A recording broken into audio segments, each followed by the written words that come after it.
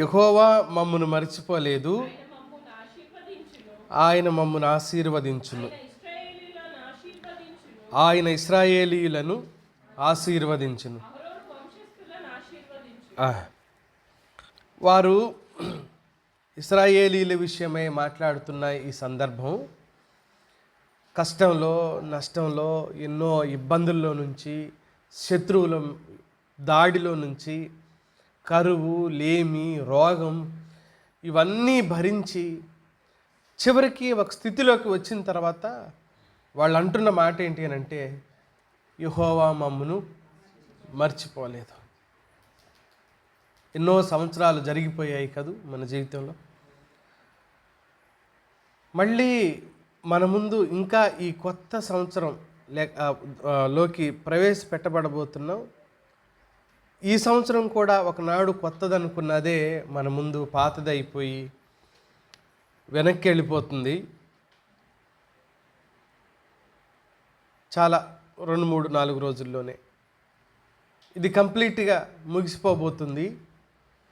అయితే ఆయన పిల్లలంగా మనం జ్ఞాపకం చేసుకోవాల్సింది ఏంటి అని అంటే, యెహోవా మమ్మును మర్చిపోలేదు.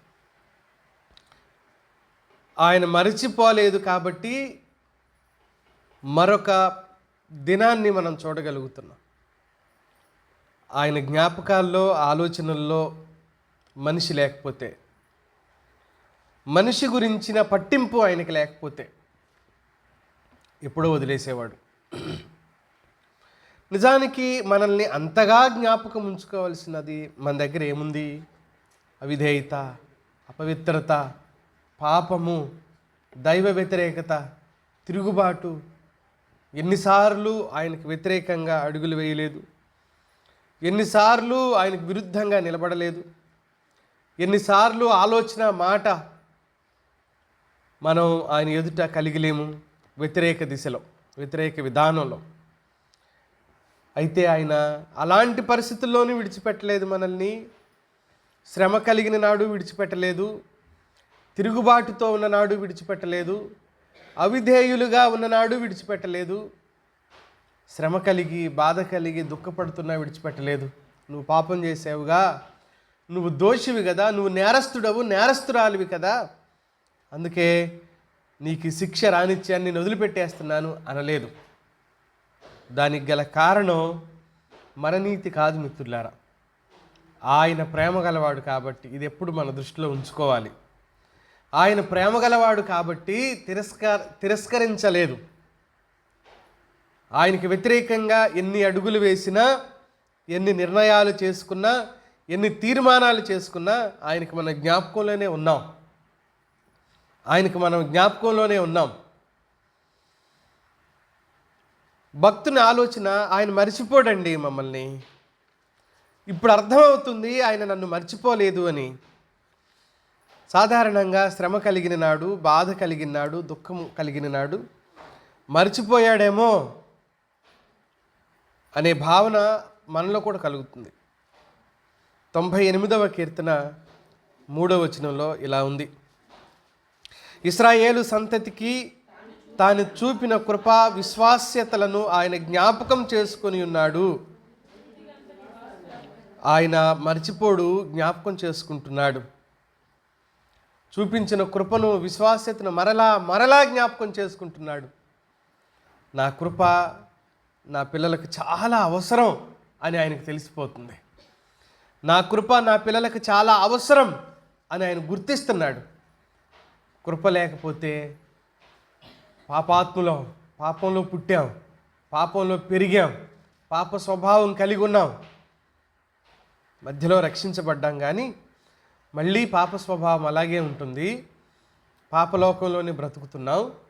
కాబట్టి ఆయనకు అర్థమైంది ఏంటంటే, నా పిల్లలకు చాలా కృప కావాలి, తగినంత కృప అవసరం. లేకపోతే మనుగడ కొనసాగటం, అది భక్తిలో కొనసాగటం చాలా కష్టం అని తెలుసుకున్నాడు ఆయన. అందుకనే ఆ విషయాన్ని గుర్తించాడు. కాబట్టే ఆయన ఎప్పుడూ తన పిల్లల్ని ఏం చేయడం లేదంటున్నాడు, మర్చిపోవడం లేదు. ఎంత ఆదరణ కలిగించే మాట ఒక మనిషి జీవితానికి. అయ్యో నేను పాపాత్ముడినే, పాపంతో అపరాధంతో ఉన్నానే, అవిధేయుణ్ణే నేను, ఎన్నోసార్లు దేవుని మాటకు ధిక్కరించి నడిచానే, అయితే నన్ను కూడా జ్ఞాపకంలో ఉంచుకుంటున్నాడా అంటే అవును, నన్ను కూడా జ్ఞాపకం ఉంచుకున్నాడు. కాబట్టే నా అవిధేయత వలన నేను నశించలేదు, నా అపవిత్రత వలన నేను నాశనం కాకపోవడానికి కారణం ఆయన ఏం చేశాడు, నన్ను జ్ఞాపకం ఉంచుకున్నాడు. ఇందాక మనం చదివిన 115వ కీర్తనలోని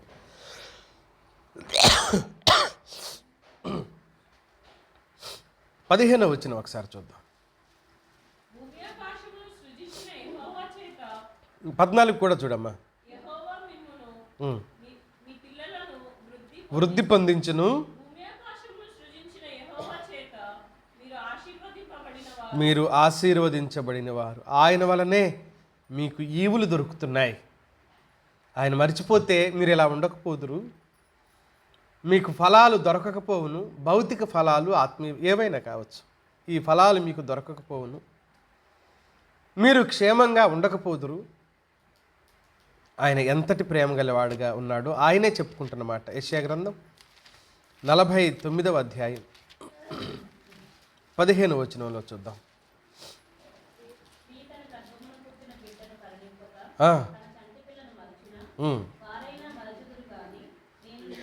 నీ మీద ఎంతటి ప్రేమ కలిగి ఉన్నానని చెబుతున్నాడు ఆయనంటే, నేను నిన్ను మరువను. ఎంతగా చెబుతున్నాడు, ఆ పోలిక ఎంతగా పోల్చి చెబుతున్నాడు అని అంటే, స్త్రీ తన గర్భమున పుట్టిన చంటి బిడ్డను మరిచినా మరచునేమో కానీ నేను మాత్రం నిన్ను మర్చిపోను. ప్రభు, నేను పాపిని కదా ప్రభువా, నా ఆలోచన పాపం కదా, నా ఉద్దేశాలు పాపం కదా, ఎప్పుడు నాలో నుంచి ఉత్పత్తి అయ్యేది వచ్చేది పాప సంబంధమే ఉంటుంది కదా ప్రభు. వాస్తవానికి కన్న తల్లి తండ్రులకే అంతరంగంలో ఉన్న అవిధేయత దుర్మార్గం అర్థమైతే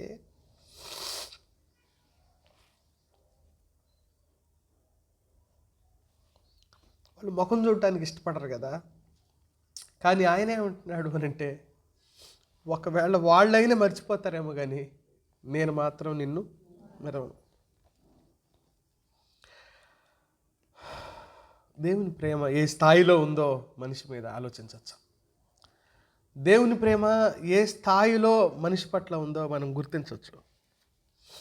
అందుకని మిత్రులారా, గడిచిన సంవత్సరంలో ఎంతమంది మన కళ్ళ ముందు చనిపోతే వారి అంతిమ సంస్కారానికి మనం కూడా వెళ్ళిన సందర్భాలు ఎంతమంది జీవితాల్లో ఉన్నాయి. పోనీ మనం వెళ్ళకపోయినా పలానా చోట ఇలా జరిగిందంట అని విన్న సందర్భాలు ఎన్ని, వార్తా పేపర్లలో ఎన్ని విన్నాం, చదివాం, సోషల్ మీడియాలోని మెయిన్ స్ట్రీమ్ మీడియాల్లోని ఎన్ని విషయాలు మనం గుర్తించగలిగాం. కానీ 10,000 మంది కూలినను అపాయం నీ యొద్దకు రాదు అన్నట్టుగానే మన దగ్గరకు అపాయం రాకుండా కాపాడాడు చూడండి ఆయన. మన దగ్గరకు కీడు రాకుండా కాపాడాడు చూడండి ఆయన.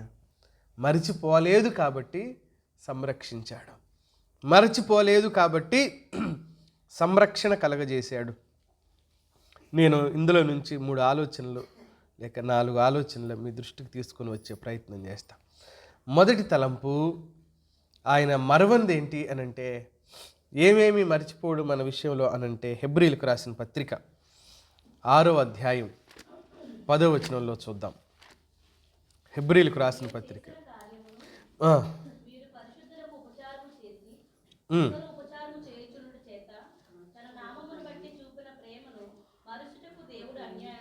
ఆయన మరవనిది మరొకటి ఏం చెప్తున్నాడంటే, పరిశుద్ధులకు మీరేదైనా ఉపకారం చేస్తే, పరిశుద్ధులకు మీరు ఏదైనా పరిచర్య చేస్తే, ఆ కాలంలో పరిశుద్ధులను ఎవరి గురించి మాట్లాడుతున్నాడు అంటే, దేవుని పక్షాన సేవ చేసే సేవకుల గురించి, అపోస్తలులు సువార్థికులైన సేవకుల గురించిన ప్రస్తావన చేస్తున్నాడు.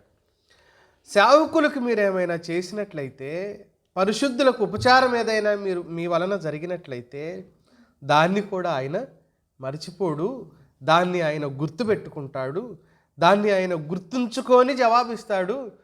నువ్వు ఆయన పక్షాన ఉన్న వ్యక్తులకు నువ్వు సహాయం చేసి ఉపకారం చేసి పరిచర్య చేస్తే, ఉపచారం దాన్ని పరిచర్య అనుకోండి, చేస్తే తన నామమును బట్టి, ఎవరిని బట్టి ఆ ప్రేమ చూపించాము మనం? దేవుని నామాన్ని బట్టి. దేవుని నామాన్ని బట్టి ఆ ప్రేమను మర్చిపోవడానికి దేవుడు మనిషి మర్చిపోతాడు. కృతజ్ఞత లేనివాడిగా ఉంటాడు. కృతజ్ఞతహీనుడు మనిషి. తెలిసే కృతజ్ఞత లేనివాడిగా మారిపోతాడు మనిషి. అయితే దేవుడు అన్యాయస్తుడు కాదు అంటుంది వాక్యం. నువ్వు ఏ చిన్న ఉపకారం చేసినా దేవుడు అన్యాయస్తుడైతే కాదు. ఆయన న్యాయవంతుడైన దేవుడు, ఆయన న్యాయకర్త, అనుమానించవలసింది ఏమీ లేదు. అందుకని అంటున్నాడు దేవుడు అన్యాయస్తుడు కాడు. ఏంటండి ఇంకా నాకు జవాబు రాలేదు, ఇంకా ఎంతకాలం ఈ శ్రమలో, ఇరుకులో, ఇబ్బందిలో, సమస్యలో చిక్కుకుపోయాను, పక్షి వలలో చిక్కుకున్నట్టుగా చిక్కుకుపోయాను. రాత్రి నేను 10 నిమిషాలు తక్కువ 2 గంటలు నాతో ఒక ప్రియమైన కుటుంబం మాట్లాడారు. దుఃఖం, ఆవేదన, వారి అంతరంగం నిండా దుఃఖం గూడుగట్టుకొని ఉంది. ఎంతకాలం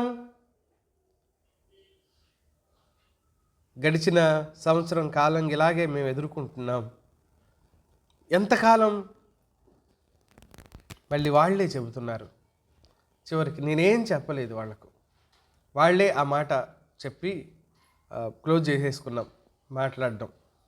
ఏం మాట్లాడుతున్నారు అని అంటే, గతంలో నేను చెప్పిన మాట వాళ్ళు నాకు చెప్పి ముగించేశారు. కాలం ఎప్పుడు ఒకలా ఉండదు, 3 కాలాలు ఎలాగ మారిపోతుంటాయో మన పరిస్థితులను కూడా దేవుడు అలాగే మారుస్తాడు. కనిపెట్టడం, ఓపికతో కనిపెడితే దేవుడిచ్చే జవాబు కృపాసహితంగా ఉంటుంది.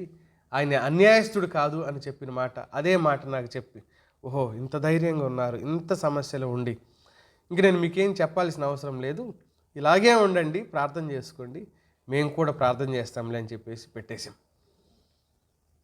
ఒకటే నిరీక్షణ, ఒకటే నమ్మకం, ఆయన ఎవరు కాదు, అన్యాయస్తుడు కాదు, మర్చిపోయేవాడు కాడు, అలాగే ఆయన అన్యాయస్తుడు కూడా కాదు. ఈ మాట మనం ప్రకటన గ్రంథంలో చదువుతాం. 16వ అధ్యాయం 7వ వచనం. ఆయన తీర్పు తీర్చినా కూడా ఎలా ఉంటుందో చూడండి.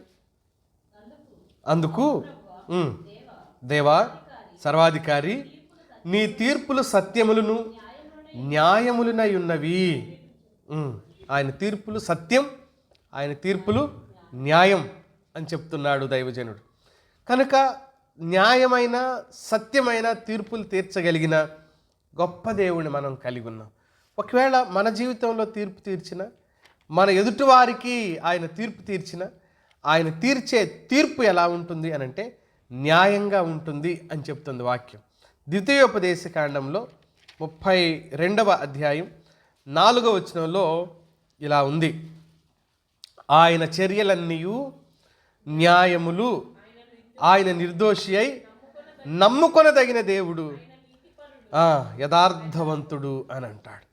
ఆయన చర్యలన్నీ న్యాయములు, ఆయన నిర్దోషి అయి నమ్ముకొనదగిన దేవుడు, నమ్ముకొనదగిన దేవుడు, నమ్మదగిన దేవుడు అని అంటున్నాడు. ఆయన నామమును బట్టి చూపిన ప్రేమను ఆయన మరిచిపోయేవాడు కాదు, మరిచిపోవడానికి ఆయన అన్యాయస్తుడు అసలే కాడు, ఆయన న్యాయవంతుడు అంటుంది వాక్యం. న్యాయంగా జవాబు ఇవ్వగలిగిన సమర్థుడైన దేవుడు.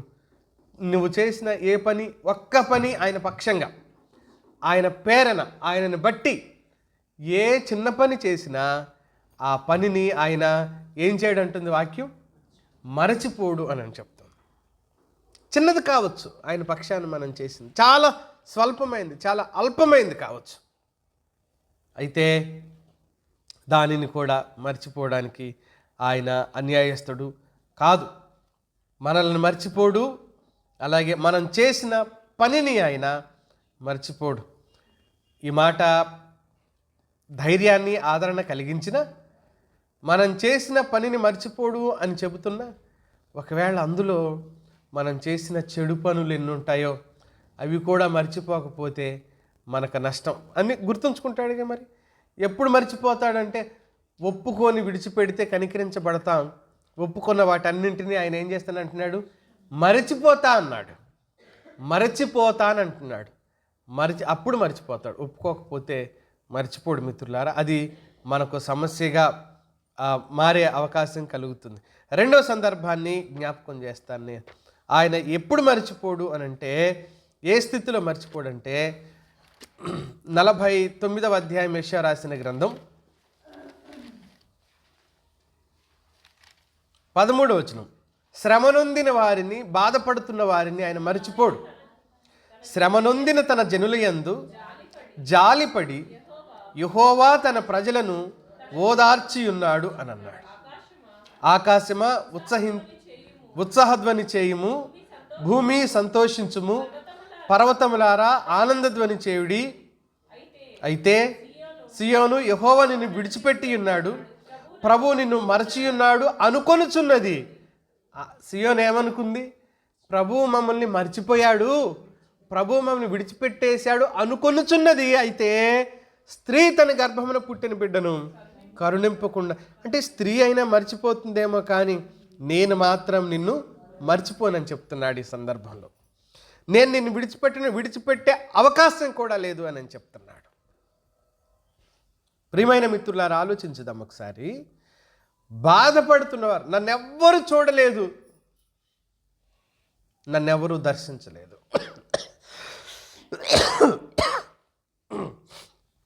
ఒకవేళ ఎవరైనా అనుకున్నా నన్నెవరూ చూడలేదు, నన్నెవరూ దర్శించలేదు, నా బాధలో వారు నాకెవరూ సహాయం చేయలేదు. కొన్నిసార్లు మనకు అవసరం ఉన్నప్పుడు, ఆర్థికంగానో వస్తుపరంగానో అవసరం ఉన్నప్పుడు మనకు దగ్గరగా ఉన్న వారిని అడిగితే వారి దగ్గర ఉన్నా కూడా లేవు అన్నారనుకో, లేదు అని అన్నారనుకో, అప్పుడు మనకేమనిపించింది? అంతకంటే గుండె కోత మరొకటి ఉండదు. లేకపోతే లేవన్నా ఏం కాకపోవచ్చును, కానీ ఉన్నాయని మనకు తెలిసిన తర్వాత కూడా వాళ్ళు లేవన్నారనుకో, చాలా బాధ అనిపించింది. ఇలా చేస్తారేంటి, ఇలా ఉన్నారేంటి, అప్పుడు నేను చేయలేదా, ఇంకొకసారి చేయలేదా, మరొకసారి ఏదో నాకు ఆ పలానా సందర్భంలో నేను వాళ్ళకి మాట సహాయమో, పని సహాయమో, వస్తు సహాయమో, ఆర్థిక సహాయమో ఏదో నేను చేశాను కదా, ఈరోజు నాకు ఇంత చిన్న అవసరత ఉన్నప్పుడు వాళ్ళ దగ్గర ఉన్నా కూడా వారు నాకు ఉపకరించలేదు, సహకరించలేదు. ఎంత దుఃఖం అనిపించింది. బాధలో సహకారం దొరకని వ్యక్తులు అంతరంగం ఎంత అల్లాడిపోతుంటారో, ఎంత అల్లాడిపోతూ ఉంటారో. అయితే ఆయన అంటున్నాడు, ఆ లైన్ చదవమ్మా. శ్రమనొందిన తన ప్రజల యందు యెహోవా జాలిపడి, యెహోవా తన జనులను ఆయన మర్చిపోవడం లేదు. మనవారు, సొంతవారు సహకరించలేని స్థితిలో ఉన్నా ఆయన మాత్రం ఏం చేయనంటున్నాడు? నేను మర్చిపోను అని అంటున్నాడు. మరచిపోని మంచి దేవుణ్ణి మనం కలిగి ఉన్నాం మిత్రులారా. బాధలో, ఇబ్బందిలో ఆదరించడానికి బదులుగా చాలాసార్లు ఆదరించడానికి బదులుగా బాధ పెట్టే వాళ్ళు ఉంటారు, ఆదరించడానికి బదులుగా బాధ పెడుతుంటారు. వారు బహుశా బాధ పెట్టాలని అనుకోరేమో, కానీ వాళ్ళ విధానాలు, తత్వం అలా ఉండటం వల్ల జరుగుతుందేమో తెలియదు. కానీ యోబు అంటాడు, నా స్నేహితులు బాధకు కర్తలయ్యారు అని అన్నాడు. నేను బాధపడడానికి మరొక కారణం ఎవరంటున్నాడు? నా స్నేహితులే. నా స్నేహితులు బాధకు కర్తలయ్యారు. వారు నన్ను ఆదరించాలని వచ్చారేమో కానీ రిఫరెన్స్ చెప్పండి. 16:2 చూసుకోండి. మీరు బాధకే కర్తలు కానీ ఆదరణకు కర్తలు కాదు అని చెప్తున్నాడు. బాధపరిచారు, ఆదరించాలని వచ్చి ప్లాన్ మారిపోయింది అన్నట్టుగా, వారి ఆలోచన పూర్తిగా మారిపోయినట్లుగా చూస్తాం. వారి తలంపులు పూర్తిగా మారిపోయినట్లుగా మనం చూస్తాం. కారణం, మనుషులు సరిగ్గా అర్థం చేసుకోలేరు సమస్యను. మనుషులు సరిగ్గా అర్థం చేసుకొని జవాబు ఇవ్వలేరు. బాధ లేకపోతే ఆ నొప్పి మనుషులు సరిగ్గా అర్థం చేసుకోలేరు అంటుంది వాక్యం. సరిగ్గా దాన్ని గుర్తించి సరిగ్గా గ్రహించి జవాబు ఇవ్వగలిగిన స్థితిలో మనుషులు లేరు అని అంటున్నాడు. ఇంకా అంటాడు యోబు, నా స్నేహితులు నా దగ్గరకు వచ్చారు, వాళ్ళు నన్ను ఓదార్చడానికే వచ్చారు, కానీ వాళ్ళు వచ్చి ఏం చేశారంటాడు? ఎగతాళి చేస్తున్నారు. వాళ్ళు ఎగతాళి చేస్తున్నారు, బాధ ఎక్కువ అవడానికి కారణమవుతున్నారు. వీళ్ళు ఎలా ఉన్నారు అంటున్నాడంటే, ఎండిన వాగుల వలె ఉన్నారు తప్ప, వాగే కానీ నీళ్లు లేవు, ఎండిన వాగులుగా ఉన్నారు. వారు ఆదరణకు కర్తలు కారు. అనవసరపు మాటలు మాట్లాడుతూ నన్ను మరింతగా బాధ పెడుతూ ఉన్నారు. ఎగతాళి, హేళనకు గురి చేస్తున్నారు, నిందలేస్తున్నారు. ఇది నా స్నేహితులు నా విషయంలో చేసిన పని అని అని చెప్పాడు. కానీ ఆయన ఏమంటున్నాడు? బాధ నొందిన వారిని నేను ఓదార్చుదును, నేను మరిచిపోను. సియోను అనుకుంటుంది యెహోవా మరిచిపోయాడు అని అనుకుంటుంది. అయ్యో, అలా ఎలా అనుకుంటావు? నేను మర్చిపోయావాడినా? చెప్తున్నాను గుర్తుపెట్టుకో అంటూ ఏం చెప్పాడు? స్త్రీ తన గర్భమున పుట్టిన బిడ్డనైనా మర్చిపోతుందేమో కానీ నేనెలా మర్చిపోతాను నిన్ను? చూడుము, నా అరచేతుల్లోనే నిన్ను చెక్కి ఉన్నాను అని అన్నాడు. నేను నిన్ను మర్చిపోతానని ఎలా అనుకుంటున్నావు నువ్వు? నేను మర్చిపోలేను, మర్చిపోయేవాడను కాను. అక్కడే 54వ అధ్యాయం 7వ వచనం నుంచి చూడండి. నిమిషమాత్రము నేను నిన్ను విసర్జించి తిని గొప్ప వాత్సల్యంతో నిన్ను సమకూర్చుదును. మహోద్రేకము కలిగి నిమిషము నీకు విముఖుడనైతిని, నిత్యమైన కృపతో నీకు వాత్సల్యం చూపుదును అని నీ విమోచకుడకు యెహోవా సెలవిచ్చుచున్నాడు అని అన్నాడు. 10వ వచనం వరకు చాలా విషయాలు చెప్తున్నాడు. ప్రామిస్ చేస్తాడు వాళ్ళతో, నేను నిన్ను ఎలా వదిలిపెడతాను, నేను నిన్ను ఎలా విడిచిపెడతాను అని చాలా గొప్ప మాటలు, గొప్ప ఆదరణను కలిగించే మాటలు ఆయన ఈ భాగంలో చెప్పాడు. 10వ వచనంలో అయితే, పర్వతాలు తొలగిపోయినా, మెట్టలు తత్తరిల్లినా నా కృప నిన్ను విడిచిపోదు. బురదలో పడినా నువ్వు నా బిడ్డవే, నిప్పుల్లో పడినా నువ్వు నా బిడ్డవే, నువ్వు ఎక్కడున్నా ఎలా ఉన్నా నా బిడ్డవే. మన పిల్లలు బురదలో పడితే కడిగి తీసుకోము, బురదలో పడ్డవాడిని పడ్డట్టు వదిలేస్తుంటామేంటి? వదిలేయం కదా. పొరపాట్లలో ఉన్న వాళ్ళను కూడా తిరిగి తీసుకునేవాడు మన దేవుడు. అది గుర్తించగలిగితే, అలా గుర్తించి అర్థం చేసుకోగలిగితే ఆయన పాదాల చెంతనే మనం నిలబడగలిగే, కూర్చుండగలిగే అవకాశం మరింత మనకు కలుగుతుంది మిత్రులారా. కాబట్టి ఈ మాటలు మనకు నేర్పిస్తున్న సత్యం ఏంటి అని అంటే, ఆయన నిన్ను మర్చిపోడు, ఆయన నువ్వు చేసిన పనిని మర్చిపోడు, ఆయన నువ్వు పడుతున్న బాధను కూడా మర్చిపోడు, బాధలో జవాబిచ్చేవాడు. కొరింథీయులకు రాస్తూ 2వ పత్రికలో పౌలు తన అనుభవాన్ని ఈ రీతిగా చెప్పాడు. 7వ అధ్యాయంలో 6వ వచనం ఒకసారి చూడండి. అయినను దీనులను ఆదరించు దేవుడు, ఆయన ఎవరని చెప్తున్నాడు పౌలు? దీనులను ఆదరించేవాడు. దీనులను, దరిద్రులను, దౌర్భాగ్యుల్ని ఎవరు పట్టించుకుంటారు ఈ భూమి మీద? అయితే ఆయన అంటున్నాడు, నేను పట్టించుకుంటా అంటున్నాడు. నేను ఆదరిస్తాను. దీనత్వంతో, విధేయతతో, తగ్గింపుతో ఉన్నందువల్ల ఎక్కువ తిరస్కారానికి గురవుతున్నాం అనుకోండి, ఎక్కువ తిరస్కారానికి గురవుతున్నాం, అయినా సరే ఆదరించేవాడు ఆయన. పౌలు అంటున్నాడు, పౌలు అంతటి వాడికే ఆదరణ అవసరమైందంట. పౌలు అంతటి వాడికే ఆదరణ అవసరమై సేవలో, ఆ పరిచర్యలో ఓ రకంగా ఆ మధ్యకాలంలో పిఏ స్వామి గారు సేవకుల కూడికలో మాట్లాడితే ఇలా అన్నాడు, 96% మంది సేవకులు హార్ట్ అటాక్తో చచ్చిపోతున్నారు అని చెప్పాడు ఆయనకి ఏదో సర్వే గురించి చెప్తూ. 96% మంది సేవకులు చనిపోయే వాళ్ళల్లోనే 96 మంది ఎలా చనిపోతున్నారు అంటాడంటే హార్ట్ స్ట్రోక్తో చనిపోతుంది. ఎందుకు అంటే స్ట్రెస్, ఒత్తిడి, మానసిక ఒత్తిడి, ప్రశాంతత లేకపోవటం, వినపడే మాటలు కొన్నిసార్లు వినపడే మాటలు ఎలా ఉంటాయి అని అంటే మనసును పూర్తిగా పిండేసినట్టు అయిపోతాయి అన్నమాట. జరిగింది ఒకటి, ప్రచారంలో ఉండేది మరొకటి. జరిగిందేమో వేరే, ప్రచారంలో ఉన్నదేమో మరొకటి. పల్లెటూరుల్లో పూర్వం అంట అందరూ నులక మంచాలు, నవారు మంచాలు బయట వేసుకొని పడుకున్నారంట.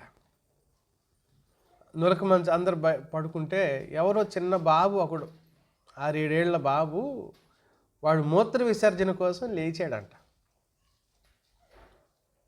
వాడు అలా వెళ్తా ఉంటే ఎవరో చెయ్యి వెనక్కి పెట్టుకొని పడుకుంటే ఆ చేతికి వాడు తగిలి అలా వెళ్ళాడంట. ఎవరి చేతికైతే వాడు తగిలి వెళ్ళి పక్కకు వచ్చేసాడో ఆమె ఒక్కసారి అమ్మో ఏంటో వచ్చింది అని కేక పెడితే ఊరంతా ఒకటేసారి వాళ్ళరిసి వీళ్ళరిసి చివరికి ఎవడన్నాడో పులి అన్నాడంట. ఎవడన్నాడో పులి అన్నాడంట. పులి వచ్చిందని చెప్పి అందరూ ఒకటే కేకలు, పులి. తర్వాత తెలిసింది నీ చేతికి ఏం తగిలింది ఏంటి అని అంతా ఎంక్వైరీ చేసిన తర్వాత అప్పుడు ఆ 7 సంవత్సరాల బాబు లేచి ఇలా వెళ్ళిన సంగతి తేలింది. పులి ఉంది అక్కడ.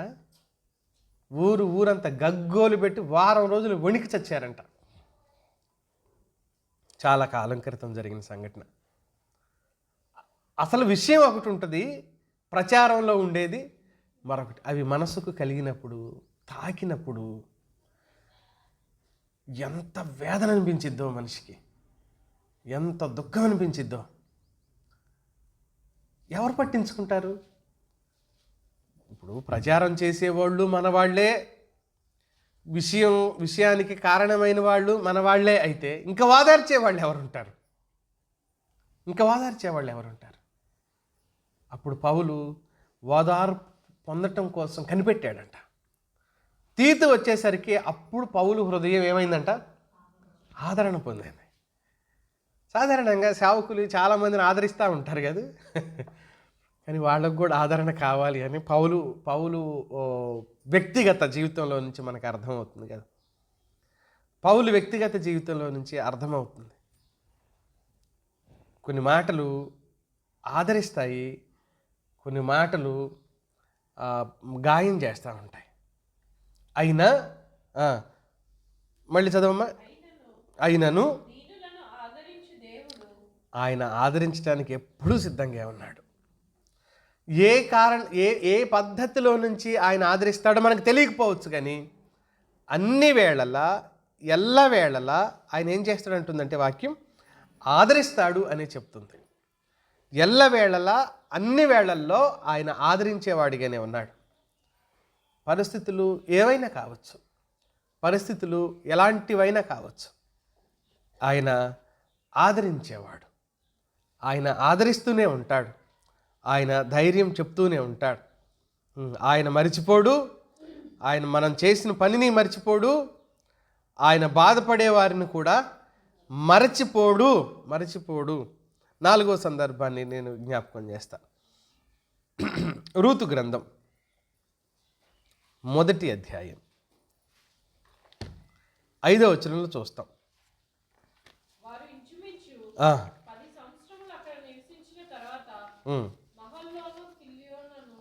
మహ్లోను కిలియోను అను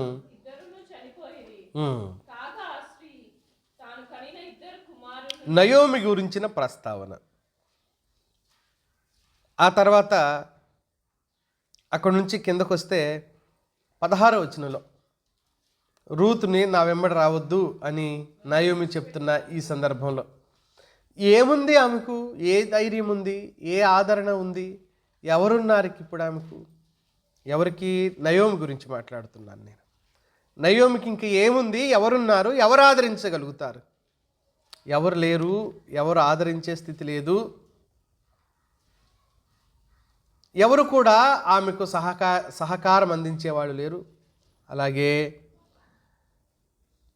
దేవుడు కాలాన్ని మార్చినప్పుడు అది ఎలా ఉంటుంది అని అంటే 4వ అధ్యాయం 17వ వచనంలో చూడండి. ఆమె పొరుగు స్త్రీలు నయోమి కొరకు కుమారుడు పుట్టినని చెప్పి, వాస్తవానికి ఆమె రూతు కుమారుడే, కానీ ప్రజలందరూ ఏం చెప్తున్నారు అక్కడ? నయోమి కొరకు కుమారుడు పుట్టాడు, బోయేజు కొడుకు లేకపోతే రూతు కొడుకు ఇలా చెప్పడానికి బదులుగా నయోమి కొరకే పుట్టాడు. ఆదరణ ఏ స్థాయిలో ఆమెకు కలిగిందో మనం చూడొచ్చు. ఆదరణ. శూన్యమైన జీవితంలో చిగురు పుట్టడం అంటే ఇదే. మర్చిపోలేదు ఆమెను. మోడు బారిపోయిన ఆమె జీవితాన్ని ఆయన చిగురింపజేసిన పద్ధతి. మోడి బారిపోయిన, ఆదరణ లేకపోయినా,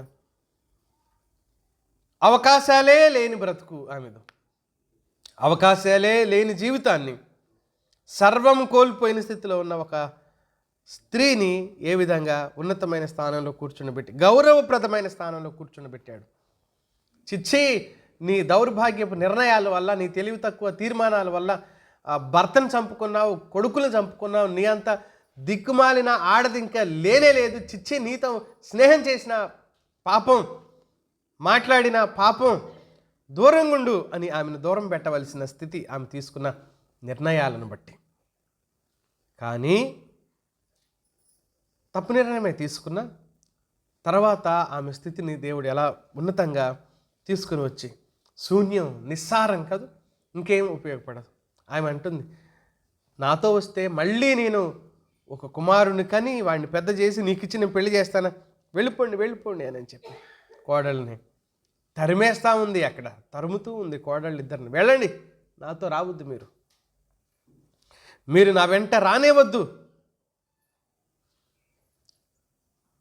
అప్పుడు ఒక కోడలు వెళ్ళిపోయింది, ఒక కోడలు లేదు నేను వస్తానులే అని చెప్పింది.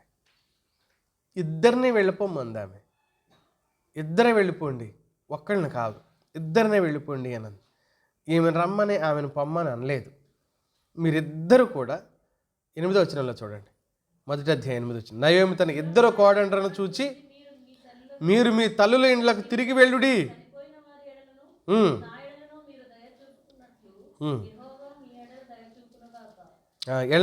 వెళ్ళిపోండి అన్నట్టు.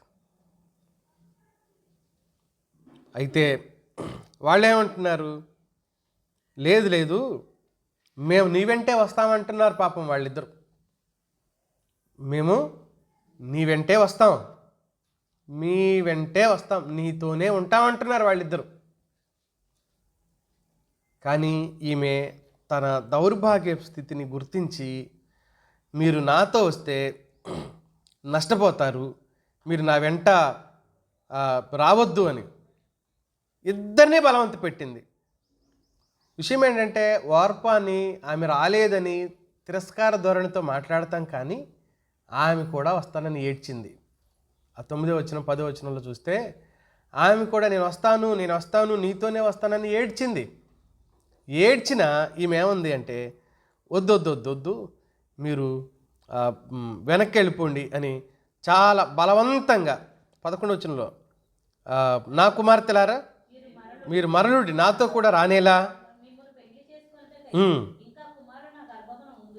ఇంకా కుదురుతుందా, అవకాశం లేదు కదా, మీరు వెళ్ళిపోండి అని అంటే, అప్పుడు అత్త మాటలకు కన్విన్స్ అయిపోయి ఓర్పా వెళ్ళిపోయింది తప్ప ఆమె తనంతట తాను వెళ్ళిపోలేదు. సరే, అది వేరే స్టోరీ, మనం ఎప్పుడైనా మాట్లాడుకునే అవకాశం వస్తే చూద్దాం. ఇక్కడ తన స్థితిని దేవుడు ఏ విధంగా మార్చాడో అనే సందర్భాన్ని, తన దౌర్భాగ్యం ఎరిగి, ఇక నా బ్రతుకు బాగుపడదు, మీరు నాతో వస్తే మీరు నష్టపోతారు, రావద్దు అని చెప్పింది. ఆయన్ని ఆశ్రయిస్తే, ఆయన్ని ఆధారం చేసుకుంటే, ఆయన కనికరం ఎంత కోరదగిందో, ఆయన మరిచిపోని వాడిగా, మారని వాడిగా, ఎల్లప్పుడూ ఒకేలా ఉండి మన పరిస్థితులను అర్థం చేసుకుని జవాబిచ్చే గొప్ప దేవుడిగా ఆయన ఉండటం మనం చూడగలుగుతాం. ఒకటే ఆధారపడడం మనం నేర్చుకోగలగటం, ఆయన్ని ఆధారం చేసుకోవడం మనం నేర్చుకోగలగటమే భక్తి జీవితంలో మెళుకువ. మనం ఏదో అబద్ధం ఆడట్లేదు, మోసం చేయట్లేదు, దొంగతనం చేయట్లేదు, ఇంకేదో చేయట్లేదు, అక్కడ వరకు వచ్చి ఆగిపోతున్నాం. కానీ ఆధారపడడం నేర్చుకోలేకపోతున్నాం. నొప్పిని భరించడానికి ఇష్టపడుతున్నాం, కానీ ఆ నొప్పి నుంచి కూడా బయటికి రావడానికి ఇష్టపడడం లేదు. అంటే ఏదైతే చిక్కులో ఉంటామో అందులో ఉండటానికి అందులో ఓర్చుకోవడానికి ఇష్టపడుతున్నాం తప్ప ఆయన మీద ఆధారపడడం సరిగ్గా తెలియని స్థితిలో ఉంటున్నారు ఈ రోజున ఆత్మీయులు. 3-4 విషయాలు ఆలోచన చేశాం. ఏంటి చెప్తారా వరుసగా? పనిని మర్చిపోడు, బాధలో ఉన్న వారిని కూడా ఆయన మర్చిపోడు. ఇంకేం చెప్పాం? ఏమైంది?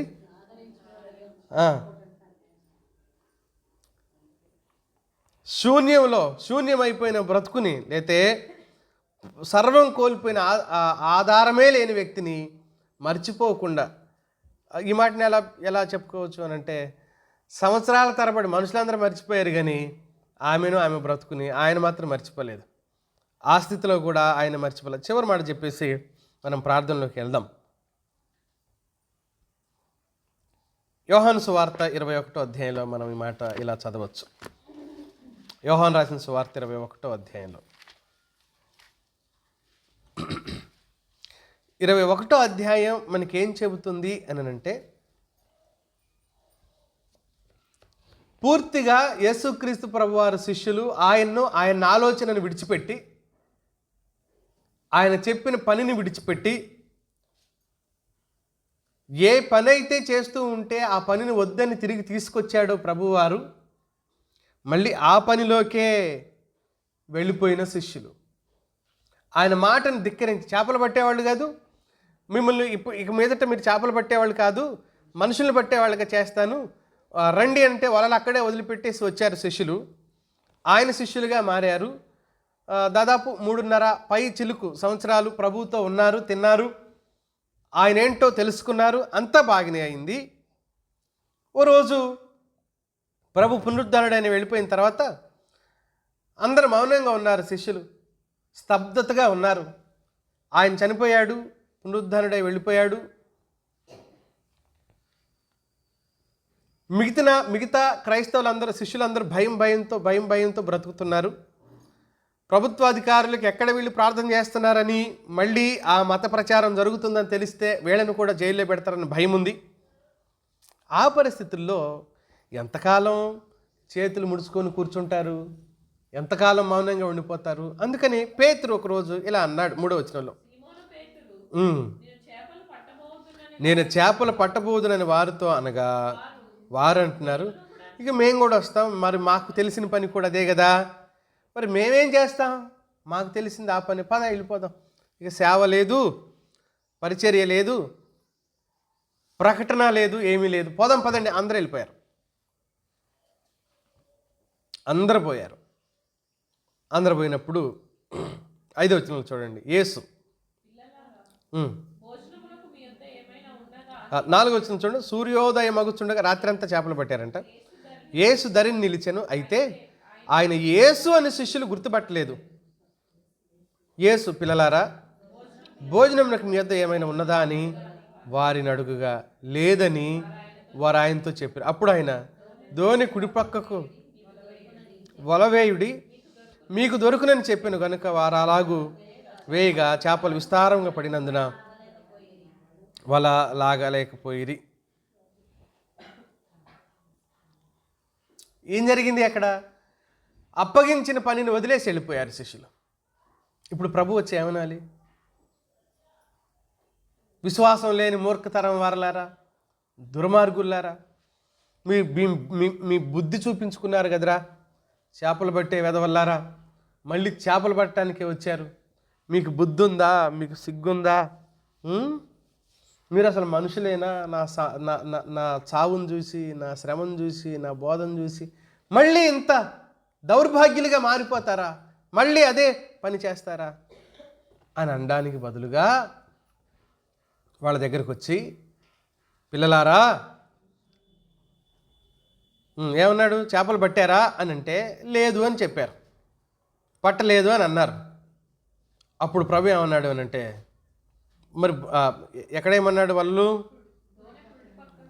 దోణి కుడి ప్రక్కన వల వేయమని చెప్పాడు. చేపలు ఎలా పడ్డాయి? అంతకుముందు 5వ వచనంలో మీ దగ్గర తినడానికి ఏమైనా ఉందా అన్న. తినడానికి కూడా వారి దగ్గర లేదు. పైగా వాళ్ళు పడుతున్నారు కానీ చేపలు దొరకట్లేదు అన్న విషయం కూడా ప్రభువుకి అర్థమైపోయింది. అప్పుడు ఇంకా అనొచ్చు ప్రభు, చూసారా నా మాట కాదని మీరు చేపలు పట్టడానికి వస్తే ఒక్క చేప పడలేదు తెల్లవారే వరకు. నా మాట కాదని మీరు ఏది చేసినా ఇలాగే అవుద్ది, సచ్చురుకున్నారు, అలాగే చావండి, నేను వేరే వాడి దగ్గరికి వెళ్తున్నాను అని అనొచ్చు కదా. ఈరోజు అవిధేయులైన తన పిల్లల విషయంలో కూడా ఆయన అలాగే ఉంటాడు. పాపం చేయగానే ఆయన శిక్షే కనుక విధిస్తే ఈ పాటికి ఒక్కొక్కళ్ళని 1000 సార్లు చావాలి మనం ఈ భూమి మీద. ఒక్కొక్కళ్ళు ఎన్నిసార్లు చావాలి? చస్తే 1000 సార్లు చావాలి. ఆయన ప్రేమ ఎంత అద్భుతమైందో చెప్పనా? చూడండి తర్వాత వచనం, 10వ వచనంలో చూడండి. యేసు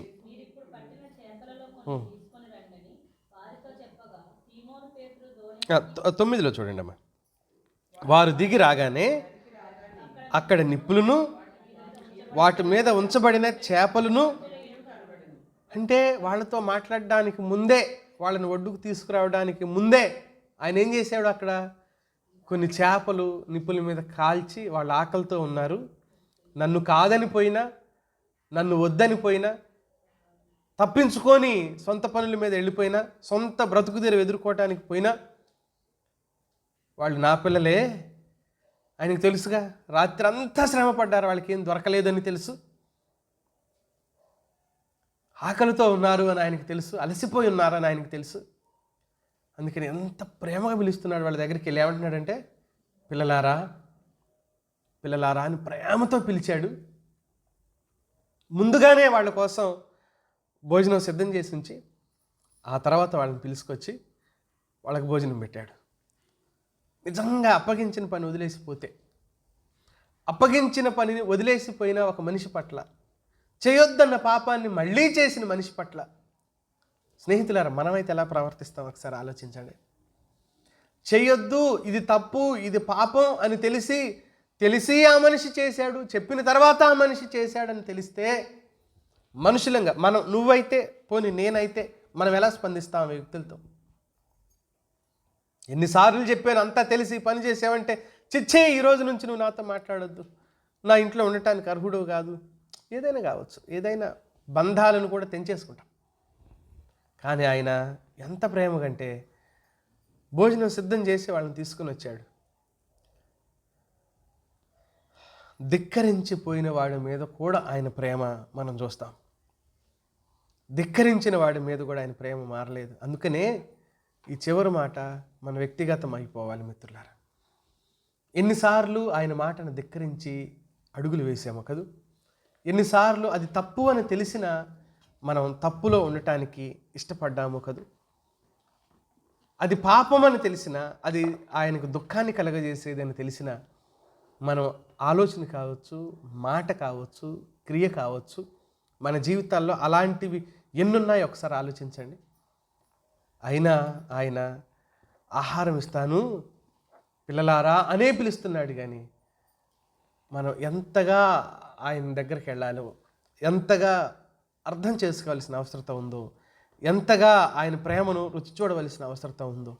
కనుక ఒకవేళ ఇలా కూడా కష్టంలో ఉన్నారు, ప్రభువు లేడు, నాయకుడు లేడు, వాళ్లకు కష్టంలో ఉన్న వాళ్ళ దగ్గరికి వచ్చి ఆయన చూపించిన ఆదరణ, బ్రతుకు తెరువు కోసం చేస్తున్నారు పోనీ అని అనుకున్న ఆయన ఆదరణ ఎలాంటిది? సరే కుడి పక్కన వాళ్ళు వేయండి అని గొప్ప చేపలు పడ్డం, ఆ తర్వాత ఒడ్డుకు రాగానే ఆల్రెడీ కాల్చి సిద్ధంగా ఉంచిన రొట్టెను చేపలు భోజనానికి వాళ్ళకి ఇవ్వటం, ఆయన మరచిపోలేదు, మరచిపోని దేవుడు. తర్వాత వాళ్ళకి ఏం కావాలో ముందే సిద్ధపరిచినవాడు. సంవత్సరాల తర్వాత ఎప్పుడో నయోమి జీవితాన్ని మధురంగా మార్చడానికి ఆ దేశపు స్త్రీలందరూ వచ్చి ఏమంటున్నారు? ఆమెను ధన్యురాలుగా అభివర్ణిస్తున్నారు. నిజానికి సర్వం కోల్పోయిన ఒక దౌర్భాగ్యురాలు ఆమె.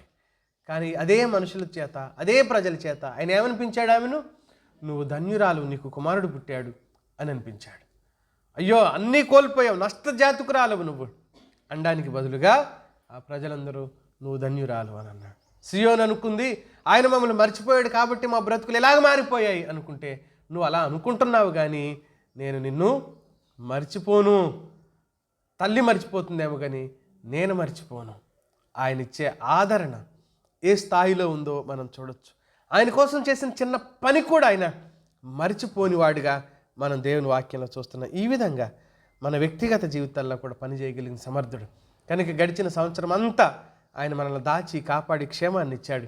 అలాగే రాబోయే సంవత్సరంలో కూడా ఆయన తన సన్నిధిని మనతో ఉంచాలి అని, ఈ సంవత్సరంలో ఏ పొరపాట్లు మన వ్యక్తిగత జీవితాల్లో కలిగాయో రాబోయే సంవత్సరంలో అలాంటివి కలగకుండా ఆయనను సంతోషపెట్టే భక్తి జీవితం కలిగి ఉంటాను, సహాయం చేయమని ప్రభువుని అడుగుదాం. తలలో ఉంచుదాం. ఈ మాటలను బట్టి ప్రార్థన చేసుకుందాం.